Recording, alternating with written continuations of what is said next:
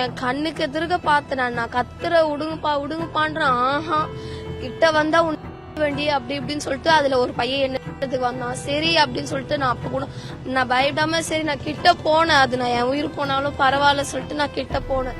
அப்ப கூட அவரு விடவே இல்லை. ஒரு 10-15 பேர்கிட்ட இருப்பானுங்க. சின்ன சின்ன பசங்க எல்லாம் 18, 17, 16 அந்த மாதிரி வயசு பசங்க. ரொம்ப சின்ன சின்ன பசங்க. 3 மாசம் கன்சீவா இருக்கு. எனக்கு கல்யாணம் ஆகி எனக்கு 2.5 வருஷம் ஆகுது. அதோட இப்பதான் குழந்தை கன்சீவ் ஆகி குழந்தை தங்குச்சு. சந்தோஷமான நியூஸ் தெரியறதுக்காட்டியும் அந்த மாதிரி பண்ணிட்டாங்க.